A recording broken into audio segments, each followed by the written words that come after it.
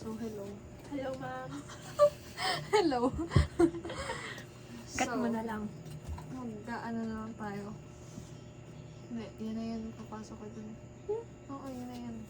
Hindi na ako mag-edit. Paliw.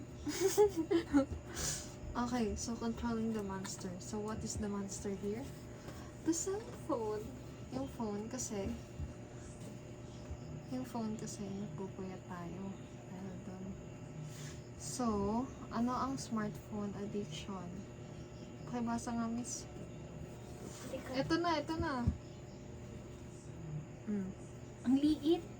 Smartphone addiction is a behavioral disorder characterized by excessive or compulsive use of smartphones.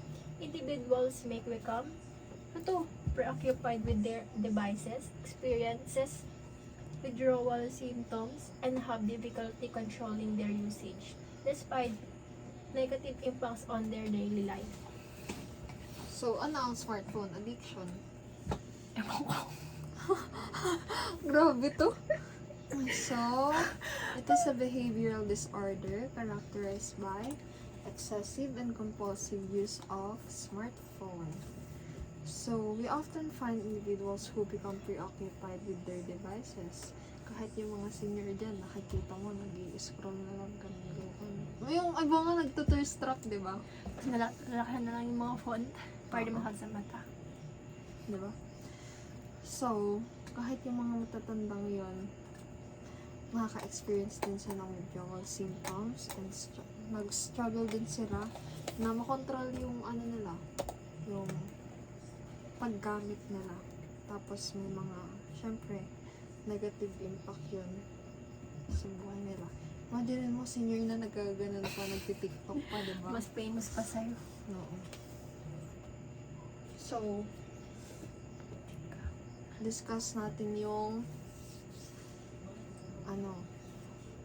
tawag dito? Yung causes ng addiction sa cellphone. So, yung features katulad ng pag-scroll, katulad, tapos yung alam mo yun, di ba notification? Kapag nag-notif sa iyo yung isang app na yun, parang pinsan mo, syempre, tapos yun na, tuloy-tuloy na. Tapos yung tapos yung social validation, nagre-release yung brain natin ng dopamine. It creates a feedback loop that's tough to escape daw. So, pakibasa po ulit. Ano po yung signs ng addiction? Common signs of smartphone addiction including feeling anxious or irritable without one device, neglecting personal responsibilities, and a compulsive need to check for message or updates. Individuals may also use their phones to escape from emotion or boredom and may experience sleep disruption due to late night screen time. So, ano maintindihan mo sa binasa mo? Wala din, te. So, ano yung mga nakita mo signs na addict ka na sa cellphone? Isa-isahin mo kasi. Ayan, feeling anxious or irritable without one's device. Kunwari, nasa bakasyon kayo. Tapos, walang wifi. Maiirita ka nun. Kahit ako maiirita ako kasi wala ka. Mahalaga na ang cellphone na Oo. yun.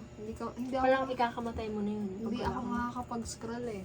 Sunod, neglecting personal responsibilities. Ilang oras umaabot ang ligpitin natin? 10 hours. Kinabukasan na rin sa nagdiligpit. Madaling araw, pwede mahuli. Tapos, and a compulsive need to check for messages or updates. Yan. Nakasabi mo lang kanina. Ikaw yan. Baka may nag-chat din ha? Ay, wala naman. Siyempre, may manong yan. Individuals may also use their phones to escape from emotions or boredom and may experience sleep disruption due to late night screen time. pag bored ka, imbes na makipag-usap ka sa mga tao, mag-scroll ka na lang sa TikTok. Order. Mm-mm. Tapos kapag gabing-gabi na, mag-i-scroll ka pa. Ay. Part na ng life. So, ano-ano yung mga effect nun, negative effect nun? Parang masisira yung body clock. Oh, ano pa? Ano pa? Pagkasira sa mata. Like, manlalabo. Pero gagawin mo pa rin, no? Syempre. Ah, talaga naman. Hanggat hindi nagkakasakit. Oh, nasabi mo dito, physically individuals may experience eye strain, sleep disturbance, yan, and neck or back pain kapag sobra-sobra na yung pagpo-phone mo. Sakit na yung balikat. Mentally, issues such as increased anxiety, depression, reduced attention span, and emotional dysregulation are commonly observed. Nangyayari ba yun sa'yo? Yan, anxiety, Minsan, depression.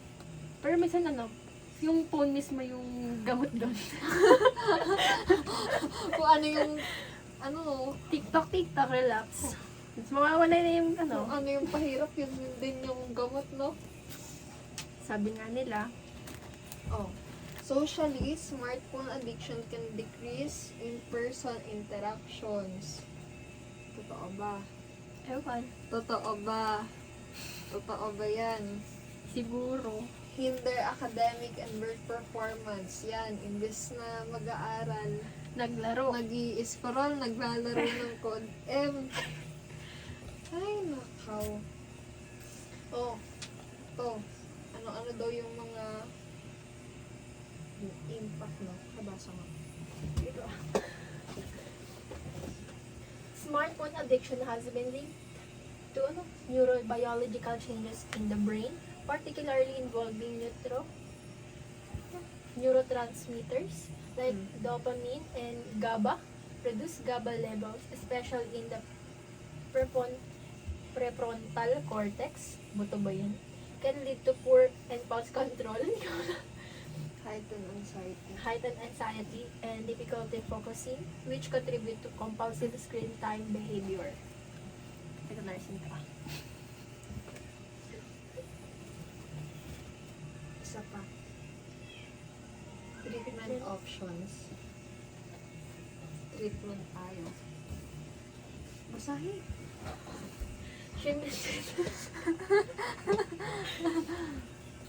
Treatment for smartphone addiction may include behavioral therapies that promote self-regulation, mindfulness practices, and setting boundaries for device use. Medical intervention may also be considered, such as medication to address underlying anxiety or depression. Support groups and educational programs can help individuals understand their addiction and develop healthier habits. So, anong natutunan mo? So, anong dapat mong gawin para hindi ka na ma-addict sa phone? Magbibigay ng time para Saan? siguro, Face-to-face na ako kayo magkikita, ganun. siguro nga. Wala din naman kikitain eh. Mindful. Oh, setting boundaries daw for device use. Paano mo set yung boundary na yun? Siguro, sabihin ko lang, 5 hours. 5 hours for today? Malabo din. Pero kakayanin. Kakayanin. Oh, kapag ka daw nade-depress na, kailangan na daw ng medical interventions. Tapos sa anxiety, kailangan na daw ng support groups and educational programs. Para daw mas maintindihan natin yung addiction. Tapos makapag-develop tayo ng mas okay na habit. So, anong conclusion? Unahin natin. Ano ang smartphone addiction? Paggamit ng phones. Like, wait. So, pag nagamit na ako ng ano? Wait, like yung parang magkakaroon ka ng, diba, sabi mo kanina, like, ng pagiging, wala nang limit yung paggamit ng phones and Wala or nang Or magkakaroon ka ng, for example, magkakaroon ka ng sakit like lalabo yung mata mo Mm. dahil sa cellphone like that. So, ano-ano pa yung mga negative effects na alam mo? Siguro, masira din yung body clock ko. Kasi nga, di ba, Sira na nga eh. syempre, like ano lang, pang conclusions lang. Masisira yung body clock mo kasi nga, always kang puyat. Mm. Parang, dapat 8 p.m. tulog ka na, tutulog ka na lang 6 a.m. na. Oh. So, sirang-sira na siya. Oh. At ayun lang. As of now, yun pa lang yung So, anong mga dapat gawin natin para maiwasan yun? tingin ko, magbibigay tayo ng boundaries. Like, yung sa time limit, magsaset ka ng 5 hours sa phones. Then, Masasabuhay mo ba yun? pero itatry. Oh. Like, 5 hours na lang per day. Oh. Tapos, parang, siguro para malibang ka rin pabilang ang phone. Maglalakad kayo, gagawa kayo ng mga activities outside. Anong natutunan mo? Pag mag-phone. Huwag ma-addict. Siguro naman, isa ako sa mga, Oh. Sa addict. Ako, Smartphone. kasama din ako dun. kasi sila na din body clock ko. Minsan, Oo. sumasakala din yung mata ko. Pero, isang tulog lang siguro, isang oras. Laro na ulit. Tatag. Okay. Yun lang. Ngayon ng tourism student. Uwi ka na. Okay na. Tapos na.